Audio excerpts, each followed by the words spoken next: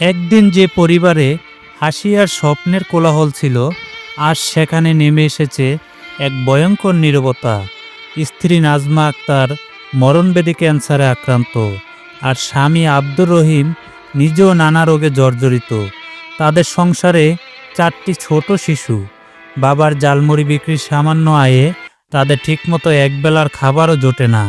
চিকিৎসার জন্য যা কিছু ছিল সবই শেষ হয়ে গেছে।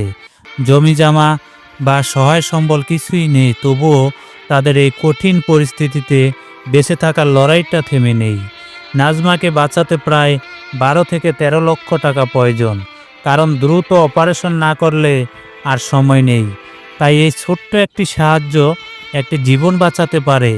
যারা এই প্রতিবেদনটি দেখছেন তাদের কাছে আমার আকুল আবেদন, অন্তত ভিডিওটা শেয়ার করুন। হয়তো আপনার একটি শেয়ারই তাদের বাঁচার আলো দেখাতে পারে।